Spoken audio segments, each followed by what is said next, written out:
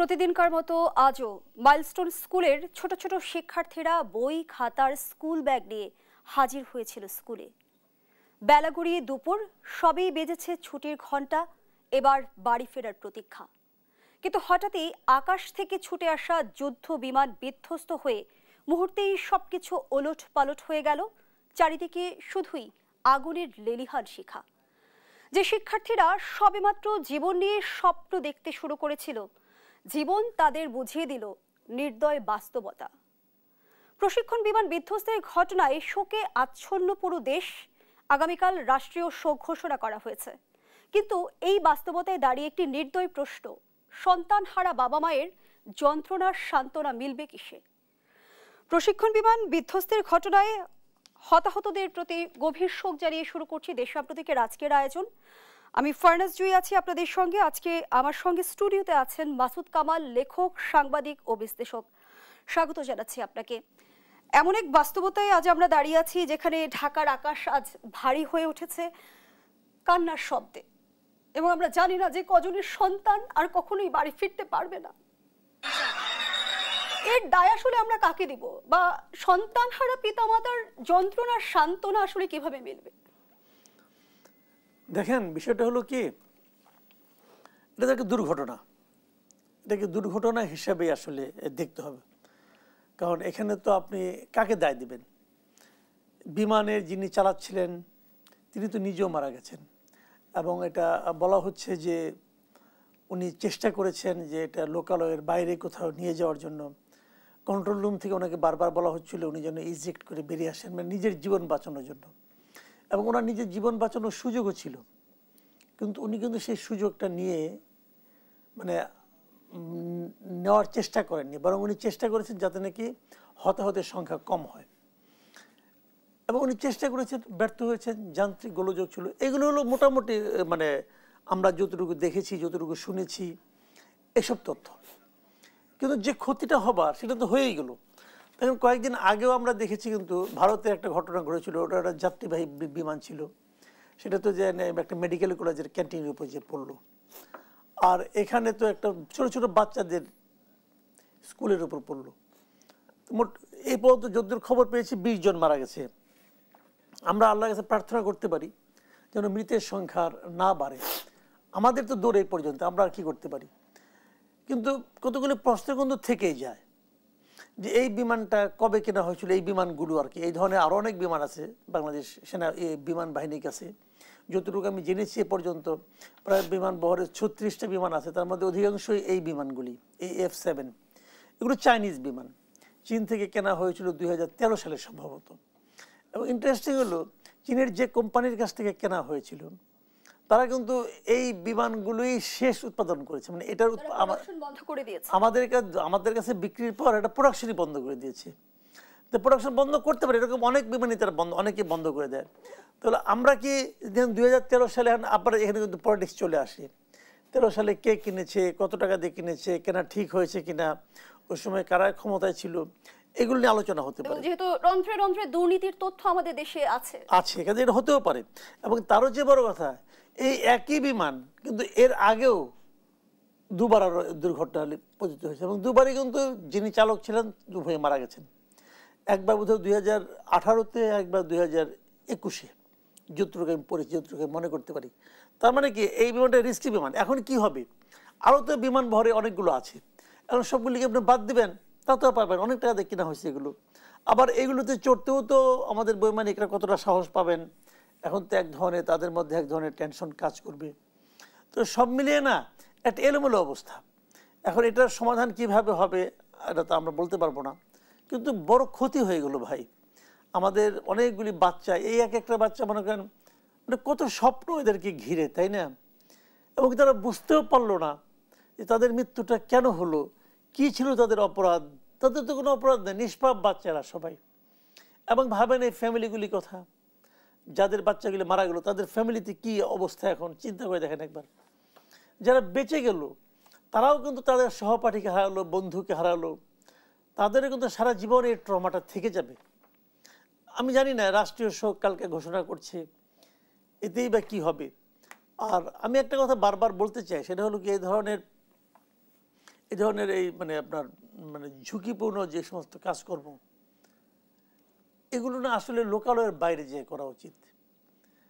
কেন থাকতে হবে একদম রাজধানী শহরেই, কেন এগুলো করতে হবে? যদি একটু লোকালয়ের বাইরে, যেমন আগের যে দুটো মানে নষ্ট হয়েছিল এই F7-এর, সেগুলো একটা ছিল মধুপুরে, মধুপুর বনের মধ্যে, আর একটা ছিল কক্সবাজারে, ওখানে সমুদ্রে পড়ে গিয়েছিল। সেগুলিও ক্ষতি হয়েছে, যারা মারা গেছে তারা অবশ্যই আমাদের জাতীয় সম্পদ, কোনো সন্দেহ নাই। কিন্তু সেখানে তো এরকম মানে এত লোক মারা যায়নি।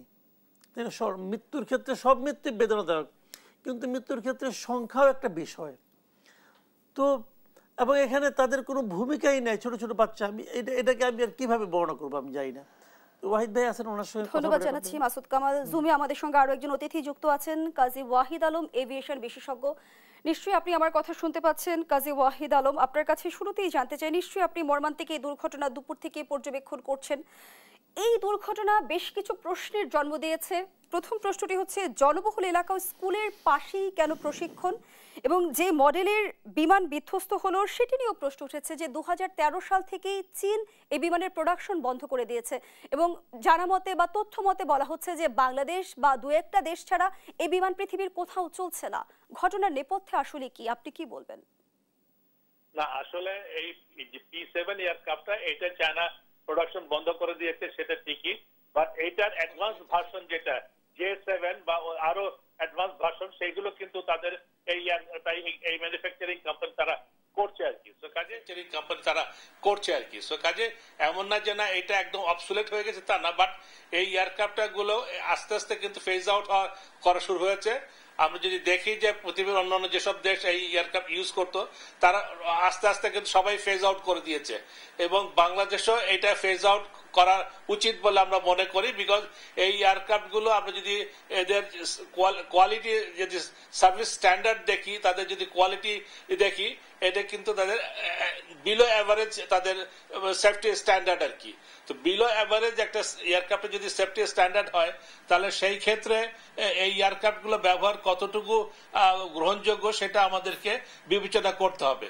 তবে একটা জিনিস কি, যে একটা এয়ারক্রাফট, এটা আমরা যতটুকু জানি 2013 সালে এই এয়ারক্রাফট গুলো প্রকিউর করা হয়েছে, ইন্ডাক্ট করা হয়েছিল। 2013 সাল থেকে 25 সাল, 12 বছর হয়েছে এই এয়ারক্রাফট গুলোর বয়স। একটা এয়ারক্রাফটের বয়স কিন্তু 12 বছর তেমন একটা সময় না।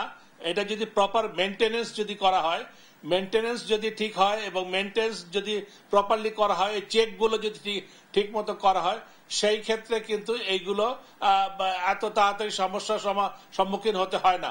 বাট আমার এখানে প্রশ্ন আছে যে আমরা কতটুকু যোগ্যতার সাথে, দক্ষতার সাথে আমরা এই এয়ারক্রাফট গুলো মেনটেনেন্স করে থাকি, বা এটার স্পেয়ার্স যেভাবে করার কথা সেটা করেছি কিনা। তো সেই ক্ষেত্রে আমাদের মেনটেনেন্সটা যদি ঠিক মতো হয়, তাহলে কিন্তু এই ধরনের দুর্ঘটনা হাতে কিছুটা হলে রক্ষা পেতে পারে। তা না, আমরা যদি দেখি আমাদের পার্শ্ববর্তী দেশ ভারতে কয়েকদিন আগে একটা Boeing 787 dream liner aircraft crash করেছে। এরকম টেক অফ করার সাথে সাথে এটা ক্র্যাশ করেছে। এই এয়ারক্রাফটটা কিন্তু সব থেকে বড় ভালো একটা aircraft, state of the art, সব থেকে ভালো এয়ারক্রাফট, এবং এটার বয়সও কিন্তু খুব বেশি না, 4-5 বছর বয়স ছিল এয়ারক্রাফটার।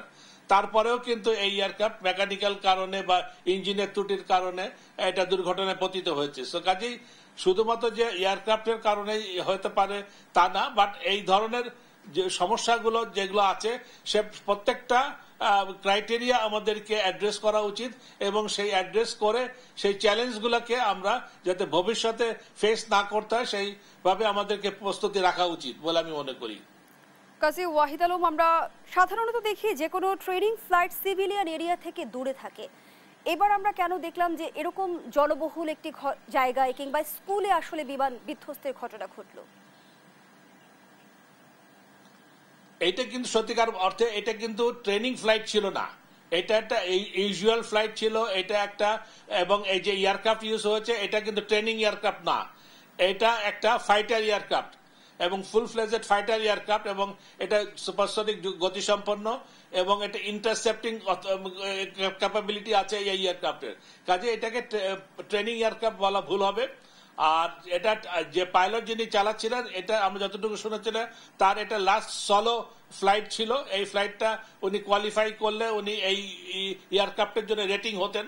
তো সেই হিসাবে তাকে ল্যান্ডিং এবং টেক অফ করতে বলা হয়েছিল বলে আমার মনে হয়।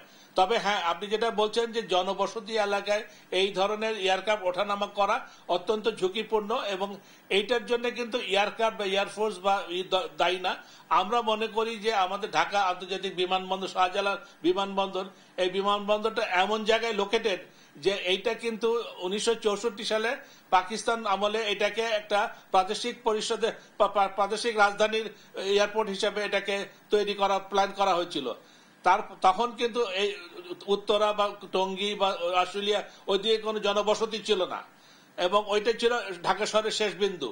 তো সেখান থেকে যখন স্বাধীনতার পর যখন এই বিমানবন্দর চালু করা হলো, এবং তখন থেকে কিন্তু আমাদের প্রতি বছর আমাদের যাত্রী সংখ্যা বাড়ছে, এবং সাথে সাথে ওইদিকে আমাদের জনসংখ্যা বেড়ে যাচ্ছে আর কি। এবং এই ফলশ্রুতিতে এখন এই শাহজালাল বিমানবন্দরটা একদম শহরের কেন্দ্রবিন্দুতে অবস্থিত। সো কাজে এই কেন্দ্রবিন্দুতে এই ধরনের একটি আন্তর্জাতিক বিমানবন্দর, ব্যস্ততম বিমানবন্দর থাকা কোনোভাবেই এটা গ্রহণযোগ্য নয়। এবং আমরা যদি দেখি পৃথিবীর অন্যান্য দেশের বিমানবন্দরগুলো, আন্তর্জাতিক বিমানবন্দরগুলো কিন্তু এখন শহরের বাইরে, একটা বেশ বাইরে নিয়ে যাওয়া হয়েছে। আমরা যদি দেখি সিঙ্গাপুর বা ব্যাংকক, মালয়েশিয়া, প্রত্যেকটা দেশের এয়ারপোর্ট কিন্তু শহরের বাইরে নিয়ে যাওয়া হয়েছে এবং রিলোকেট করেছে তাদের। আমাদের কিন্তু অনেক আগেই সময় হয়েছে, আমাদের উচিত ছিল এখানে থার্ড টার্মিনালটা এখানে নির্মাণ না করে, বরং আমাদেরকে আমাদের নতুন আন্তর্জাতিক বিমানবন্দর ঢাকার বাইরে রিলোকেট করার ব্যাপারে পরিকল্পনা করা উচিত ছিল।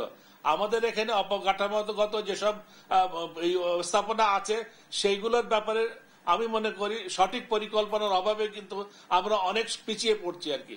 সো আমাদের এখন সময়, এবং আজকের এই বারবার করে যে এই এয়ারপোর্ট এখানে রেখে কিন্তু আমরা আমাদের জনগণের স্বার্থ সংশ্লিষ্ট ব্যাপারে আমরা কিন্তু তাদের নিরাপত্তা এভাবে দিতে পারবো না। আজকে যদি আপনি চিন্তা করেন যে এখানে একটা এয়ারফোর্সের এয়ারক্রাফট না হয়ে একটা প্যাসেঞ্জার এয়ারক্রাফট হতো, আর 300-400 যদি প্যাসেঞ্জার থাকতো এয়ারক্রাফটে, তাহলে কি ধরনের ডিভাস্টেশন সেটা হতে পারতো।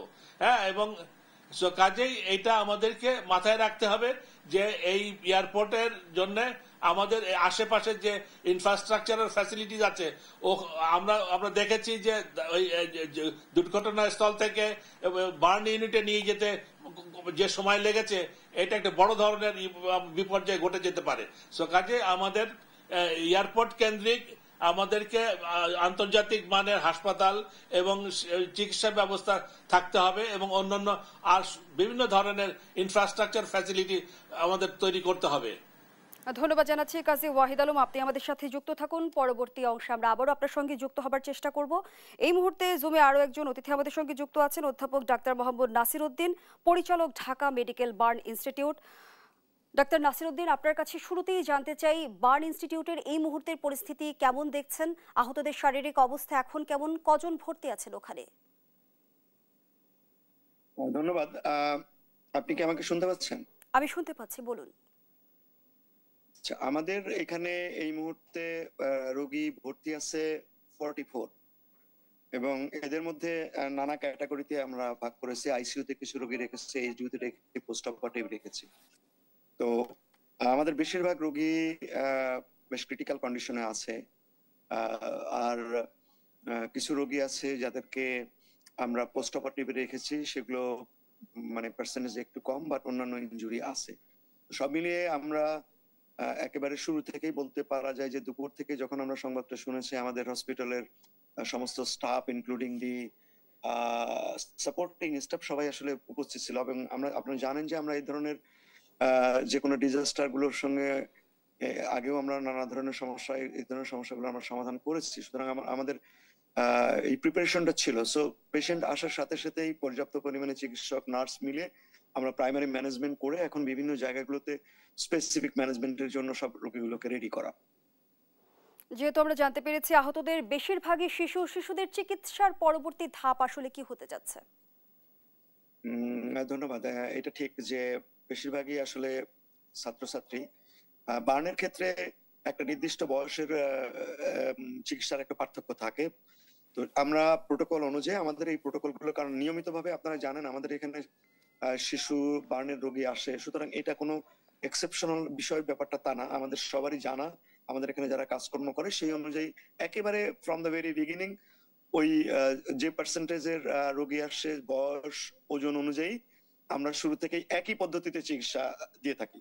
কারণ আমাদের এখানে নতুন করে আসলে কিছু ইয়ে করার বিষয় নাই, কারণ protocol everything is set up. তো সেইভাবে আমরা চিকিৎসাগুলো দিয়ে যাচ্ছি। গুরুতর আহতদের উন্নত চিকিৎসার প্রয়োজন পড়বে কিনা?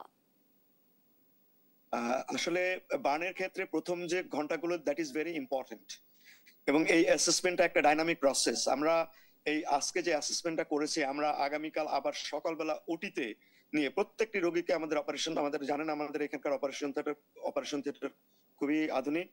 আমরা প্রত্যেকটি রোগীকে আগামীকাল আবার অপারেশন থিয়েটারে নিয়ে রিঅ্যাসেসমেন্ট করব। রিঅ্যাসেসমেন্ট করার ফলে অন্যান্য রোগীর মতো আপনি কিন্তু বার্নের রোগীকে ট্রান্সফার করলেই যে সবসময় উন্নত চিকিৎসা দেওয়া যায় তা কিন্তু না, কারণ প্রাইমারি রিসাসিটেশন এবং অন্যান্য বিষয়গুলো অত্যন্ত গুরুত্বপূর্ণ।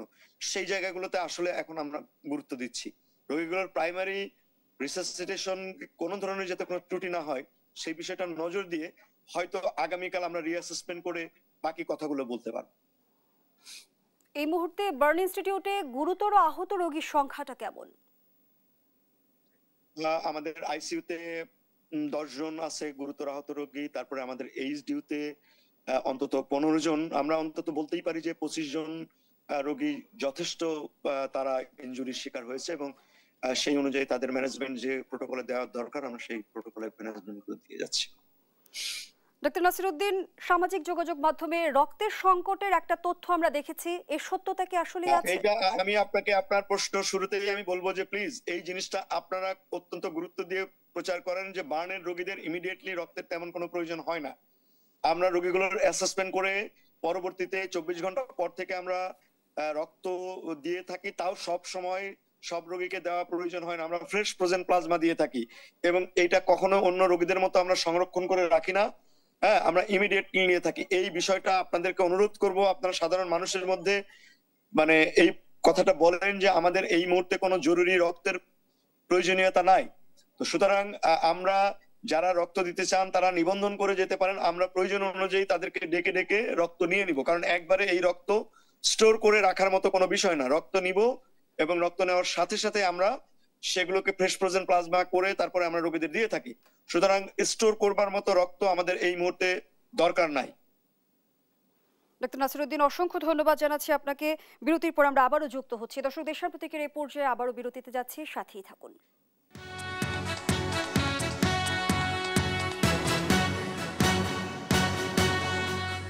আবারও আমন্ত্রণ, দেখছেন দেশ সাম্প্রতিক। আমরা আবারও ফিরছি আলোচনায়। মাসুদ কামাল, ফিরে এলাম। এইমাত্র এক সংবাদে দেখছিলাম যে আহতদের দেখতে উপদেষ্টা রাজনৈতিক দলের নেতাদের ভিড়ে বার্ন ইনস্টিটিউটের ভেতরে বাইরে বিশৃঙ্খলা। এই ক্রান্তিকালে আমাদের আরেকটু সচেতন কিংবা সংবেদনশীল হওয়ার প্রয়োজনীয়তা দেখেন কিনা? আমি একটা জিনিস বুঝি না, এই পলিটিক্যাল পার্টির লিডারগুলো ওখানে কাজটা কি? তারা কি ওদের কানের কাছে যে রাজনৈতিক বক্তব্য দিবে, অথবা এমন কিছু আছে তারা বলতে পারবে যেটা বললে ওদের ব্যথা কমবে, অথবা ওদের পেইনটা কমবে, অথবা ওদের যারা নাকি আছে অভিভাবক আছে তাদের মনে কোনো শান্তি আসবে? কেন তারা যায়? এই নাটক তো কোনো দরকার নেই, এটা অপ্রয়োজনীয় কাজ। যে কাজ মানে যাওয়া উচিত, হাসপাতালে বাইরের লোকের যাওয়ারই উচিত না, ওটা ডাক্তাররা যাবে। বিদেশে তো কাউকে ঢুকতেই দেয় না। বিদেশে হলে পরে প্রাইম মিনিস্টারও ঢুকতে পারতো না ওখানে। তার কি কাজ? কোনো কাজ নেই রে ভাই। আমি অনেকদিন আগে আমার মনে আছে ইংল্যান্ডের একটা ঘটনা বলি আপনাকে, যে কি একটা জিনিস নষ্ট হয়েছে, ব্রিজ দেখি নষ্ট হয়েছে, মানুষ ওখানকার লোকজন স্বতঃপ্রণোদিত হয়ে সেটাকে মানে সারতেছে। ওই সময় ইংল্যান্ডের প্রাইম মিনিস্টার ছিলেন ডেভিড ক্যামেরন। তো ডেভিড ক্যামেরন ওখানে গিয়েছেন দেখার জন্য। যারা কাজ করে তারা বলছে আপনি এখানে কি করেন? এই আমি এখানে দেখতে আসছি, আপনাকে দেখতে আসার দরকারটা কি? আপনি এখানে হাত লাগাতে পারবেন, পারলে হাত লাগান আর তাহলে যান। তো এইটা হলো গিয়ে বেসিক কথা। আপনি এখানে কাজটা কি? যারা এখানে গিয়েছেন তারা এখানে কি করবেন? দেখাতে গেছেন এই যে আপনার সঙ্গে এনসিপি আছে, আপনার সঙ্গে বিএনপি আছে, আপনার সঙ্গে জামাত আছে, দেখে আমার লাভ কি? দেখে যার গেছে তার পাশে এনসিপি না ডক্টর ইউনূস কে আছে এটা দেখে তার লাভটা কি? পারলে আমার বাচ্চার পেইনটা একটু কমান, এটা পারবেন আপনি? আপনি ডাক্তার, আপনি পারবেন? পারবেন না। আপনি হাসপাতালগুলিকে ঠিক করেন, এটা পারবেন?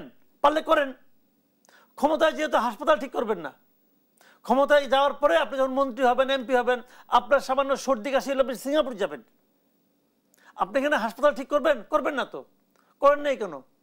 আজকে 54-55 বছর হয়ে গেছে দেশের বয়স, কি করতে পারছেন? যে 52 ইউনিট হয়েছে এটা তাও তো বিগত গভর্নমেন্টের আমলে হয়েছে। আগে তো আগুনে পুরো মানে মৃত্যু ছিল আমাদের এখানে। সেখানে যা কিছু এটা হয়েছে মোটামুটি ভালো হয়েছে, এটাকে আপনি আরো আধুনিক করেন। ওটা পারবেন? পারলে ওটা করেন। আজকে প্রতিজ্ঞা করেন। আমি তো মনে করি এই দেশে একটা নিয়ম হওয়া উচিত যে যারা ইলেকশন করতে চায়, যারা ক্ষমতায় যেতে চায়, তাদের দেখাতে হবে যে বিগত 5 বছরে তারা চিকিৎসার জন্য কখনো বিদেশ যায় নাই। দেশে চিকিৎসা, যে লোক দেশকে চিকিৎসার জন্য উপযুক্ত মনে করে না, সে এই দেশে কিভাবে থাকবে? এটা করে দেন, দেখবেন সমস্ত হাসপাতাল 5 বছরের মধ্যে ঠিক হয়ে গেছে। যখন তারা জানবে আমি এমপি মন্ত্রী হওয়ার পর দেশের বাইরে চিকিৎসা করতে পারবো না, তখন তারা নিজেদের জীবনের লক্ষ্যে দেশের হাসপাতাল ঠিক করে ফেলাবে। তো তারা করবে না। তারা এই দেশটাকে, আমাদের পলিটিক্যাল লিডারদের ক্যারেক্টার কি জানেন? তারা এই দেশটাকে ন্যায় লুটপাটের জন্য বিদেশ দিয়ে তারা সংসার করে। আগে বউ পাঠিয়ে দেয়, পরে তারা সবাই যায়। এই সমস্ত মৌসুমী পলিটিশিয়ান, এই সমস্ত মৌসুমী বুদ্ধিজীবী যারা আছে, এদেরকে আগে ত্যাগ করতে হবে। আমাদের এখানে এই সমস্যাগুলি হচ্ছে। আমি মনে করি রাজনৈতিক দলের নেতা, হ্যাঁ এটা আবার আরেকটা সমস্যা আছে কিন্তু, সেটাও বলি। যখন ধরেন কেউ গেল না, তখন তারা অপরেন্ট দলটা বলবে এতগুলি লোক মারা গেল, উনি দেখতে পর্যন্ত গেলেন না। এই হলো আরেক নাটক। ওনাকে দেখতে যেতে হবে কেন? ওনাকে সময়, উনি যদি মনে করেন যে না আমি আল্লাহর কাছে দোয়া করবো, তো দোয়া করার জন্য কি পাশে দাঁড়িয়ে দোয়া করতে হবে? উনি তো ঘরে বসে দোয়া করতে পারেন যদি আল্লাহর কাছে দোয়া করতে চান। আর যদি চিকিৎসা করতে চান, চিকিৎসা করান। আপনি বলেন এই 25টা বাচ্চা আজকে ক্রিটিক্যাল অবস্থা, তাতে আমার টাকা আছে, আমার টাকা দিয়ে উন্নত যদি কোনো চিকিৎসা লাগে তারা বিদেশে পাঠাচ্ছি, দেখি পারেন কিনা। তখন করবে না, পকেট থেকে টাকা পাই করবে না, যায় নাটক করতে। যাই হোক, এটা নিয়ে আর কি বলবো। এবং শুধু রাজনৈতিক দলের নেতাকর্মী উপদেষ্টারাই নয়, আমরা যেমনটি দেখলাম যে সামাজিক যোগাযোগ মাধ্যমে ছড়িয়ে পড়া তথ্য দেখে কিন্তু উৎসুক জনতা রক্ত দিতে চাই, এই বিষয়টি নিয়েও কিন্তু ডাক্তার নাসিরউদ্দিন যেটি স্পষ্ট করেছেন, উনি ক্লিয়ার করলেন যে এই নাটকে তো দোকান আপনার রক্ত যদি লাগে আপনার নাম লেখে আসেন, যান নাম লেখে আসেন যে আমি রক্ত দিতে চাই। যদি ওনাদের লাগে ওনারা ফোন করবেন আপনাকে, আপনি যে দিয়ে আসেন। এই আমরা নামকে হুজুগে চলি মোটামুটি, তো হুজুগটা কমাইতে হবে, আরো লজিক্যাল হতে হবে। এটা কিভাবে হবে আমি জানি না, তবে হওয়া উচিত আমি মনে করি। ধন্যবাদ জানাচ্ছি মাসুদ কামাল। আমাদের সঙ্গে জুমে যুক্ত আছেন কাজী ওয়াহিদ আলম। ওয়াহিদ আলম, নিশ্চয়ই আপনি আমার কথা শুনতে পাচ্ছেন। আপনার কাছে একটু জানতে চাই যে আমাদের আকাশ প্রতিরক্ষা ব্যবস্থায় আমরা এতটা কেন পিছিয়ে, আধুনিকায়নে আসলে আমাদের কি করণীয়? না, আমরা পিছিয়ে যে এটা বলা ঠিক হবে না, বাট হ্যাঁ আমরা আরো আধুনিক হতে পারি। আমাদের কিন্তু এখন আকাশ প্রতিরক্ষা ব্যবস্থাকে উন্নত করার জন্য আমরা রাডার ব্যবস্থাকে উন্নয়ন করেছি। আমরা ফ্রান্সের থেলসের যে রাডার, সে অতি উন্নত মানের state of the art radar use করা হচ্ছে, অলরেডি সেটা স্থাপন করা হয়েছে এবং সেটা অলরেডি সার্ভিসে চলে গেছে। এবং আমাদের যে ILS যেটা ইনস্ট্রুমেন্টাল ল্যান্ডিং সিস্টেম যেটা, সেটাও আপগ্রেড করা হচ্ছে এবং সেটাও খুব শীঘ্রই ক্যাটাগরি 1-এ উত্তীর্ণ হয়ে যাবে। সো এইগুলো কিন্তু হচ্ছে, কিছু যে হচ্ছে না তা না, বাট এটা প্রয়োজনের তুলনায় অথবা যখন যেটা বেশি প্রয়োজন সেটা না করে, এটা হয়তো আমাদের লং টার্ম প্ল্যানিং এর থেকে আমাদের শর্ট টার্ম প্ল্যানিং এ আমরা বেশি interested. Because short term planning করতে পারলে যদি প্রজেক্ট নেওয়া যায়, সেই ক্ষেত্রে হয়তো রাজনৈতিক সরকারের আমলে এইগুলোর প্রতি মানুষের আগ্রহটা বেশি থাকে, তাহলে তাদের কিছুটা হলে সুযোগ তুলে নিতে পারে আর কি। কিন্তু লং টার্ম যেগুলো, যেমন আজকে নতুন একটা এয়ারপোর্ট করার ব্যাপারে, এটা একটা কিন্তু ফিউচারিস্টিক প্ল্যান। একটা এয়ারপোর্ট করতে গেলে মিনিমাম 10-12 বছরের পরিকল্পনা করে করতে হবে। তো 10-12 বছরের পরিকল্পনা যদি একটা বাস্তবসম্মত যে পরিকল্পনা করতে হয়, তাহলে কিন্তু সে 10-12 বছর একটা পরিকল্পনার জন্য সেইভাবে পরিকল্পনা করতে হবে। কিন্তু সেটা আমরা কতটা চিন্তা করি না, আমরা চিন্তা করি শর্ট টার্মে কোনটা করা যায় সেটা, যার জন্য আমরা আজকে এখানে এই 3rd টার্মিনাল করার ব্যাপারে বেশি আগ্রহী ছিলাম। আমরা নতুন আরেকটা আগ্রহ দেখিনি আর কি। সো কাজে আমাদেরকে জাতীয় প্রয়োজনটাকে আগে দেখতে হবে এবং আমাদের যে এখনকার পরিস্থিতি চিন্তা করলে হবে না। এভিয়েশনে আমরা জানি যে এখন ঢাকা এয়ারপোর্টের প্যাসেঞ্জার ক্যাপাসিটি হলো 12.5 মিলিয়ন প্যাসেঞ্জার এখন যাতায়াত করে ঢাকা এয়ারপোর্ট থেকে। বাট এইটা ইন্টারন্যাশনাল এয়ার ট্রান্সপোর্ট অ্যাসোসিয়েশন বলছে এই প্যাসেঞ্জার মুভমেন্টটা আগামী 10 বছরে এটা 25 মিলিয়ন হয়ে যাবে। সো আমরা এখন 12.5 মিলিয়ন প্যাসেঞ্জার এই এয়ারপোর্ট দিয়ে আমরা সামাল দিতে হিমশিম খাচ্ছি।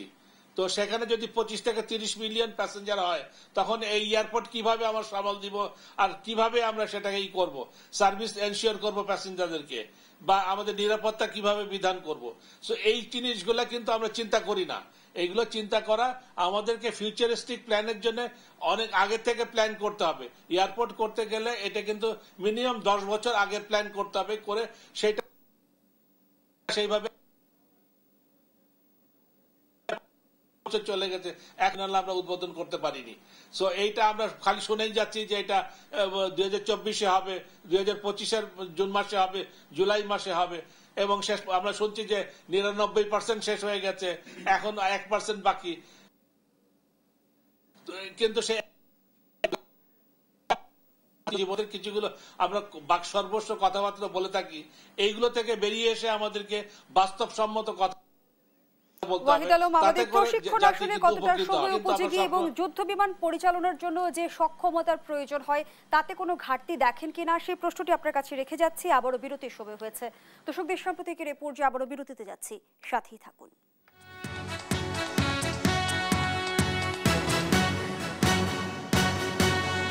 আবারও আমন্ত্রণ, আপনারা দেখছেন দেশ সাম্প্রতিক, নিবেদন করছে Arail angle channel and square বার। আমরা আবারও জুমে যুক্ত হচ্ছে, আমাদের সঙ্গে যুক্ত আছেন কাজী ওয়াহিদ আলম। ওয়াহিদ আলম, যে প্রশ্নটি বিরতির আগে আপনার কাছে রেখে গিয়েছিলাম, প্রশিক্ষণ কতটা সময় উপযোগী এবং বিমান বাহিনীর চৌকস অফিসার ফ্লাইট লেফটেন্যান্ট তৌকির ইসলামের প্রথম একক মিশন ছিল আজ, যাকে বলা হয় সোলো ফ্লাইট ট্রেনিং। জানতে চাই, যুদ্ধ বিমান পরিচালনার জন্য যে সক্ষমতার প্রয়োজন তাতে কোনো ঘাটতি ছিল কিনা? আমি মনে করি না সে আমাদের বিমান বাহিনী যারা বৈমানিক আছেন তাদের মধ্যে কোনো ঘাটতি আছে। আমাদের বিমান বাহিনী প্রত্যেকটা বৈমানিকই কিন্তু চৌকস এবং তাদের ট্রেনিং ব্যবস্থাপনা অত্যন্ত উন্নত মানের। হ্যাঁ, এই ধরনের ট্রেনিং কালীন সময়ে দুর্ঘটনা নানা কারণেই ঘটতে পারে। সেটা হিউম্যান এরর হতে পারে, সেটা মেকানিক্যাল ফেলিয়ার হতে পারে, ইঞ্জিন ফেলিয়ার হতে পারে, বার্ড হিট হতে পারে, বিভিন্ন কারণে কিন্তু একটা দুর্ঘটনা ঘটে থাকে।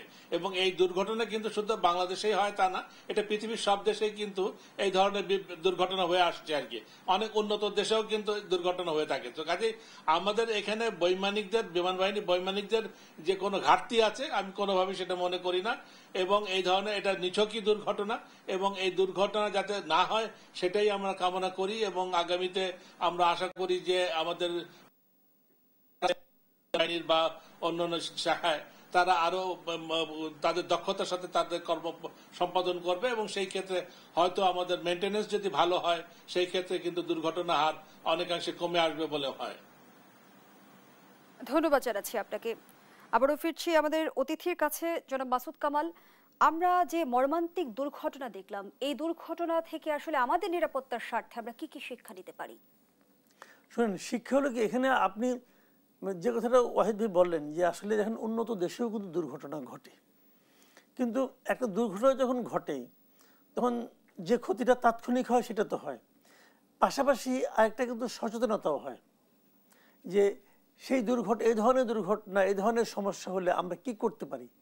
এখানে কিন্তু দায় এড়িয়ে আপনি খুব বাহবা পাবেন এটা কিন্তু খুব একটা জরুরি না। আইএসপিআর দেখলাম বিবৃতি দিয়েছে, তারা জানিয়েছে এখানে মানে কি হয়েছে না হয়েছে মোটামুটি একটা ধারণা দেওয়ার চেষ্টা করেছে।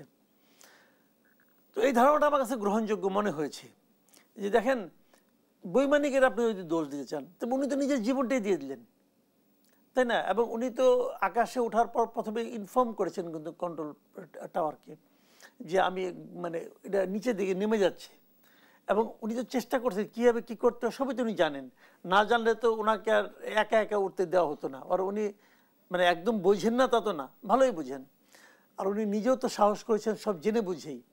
সেক্ষেত্রে আমি যতটুকু আমার কমন সেন্স সাধারণ মানুষের মতো করে আমরা যা বুঝি আর কি, এটা ভাই বিমানেরই একটা টেকনিক্যাল ফল্ট।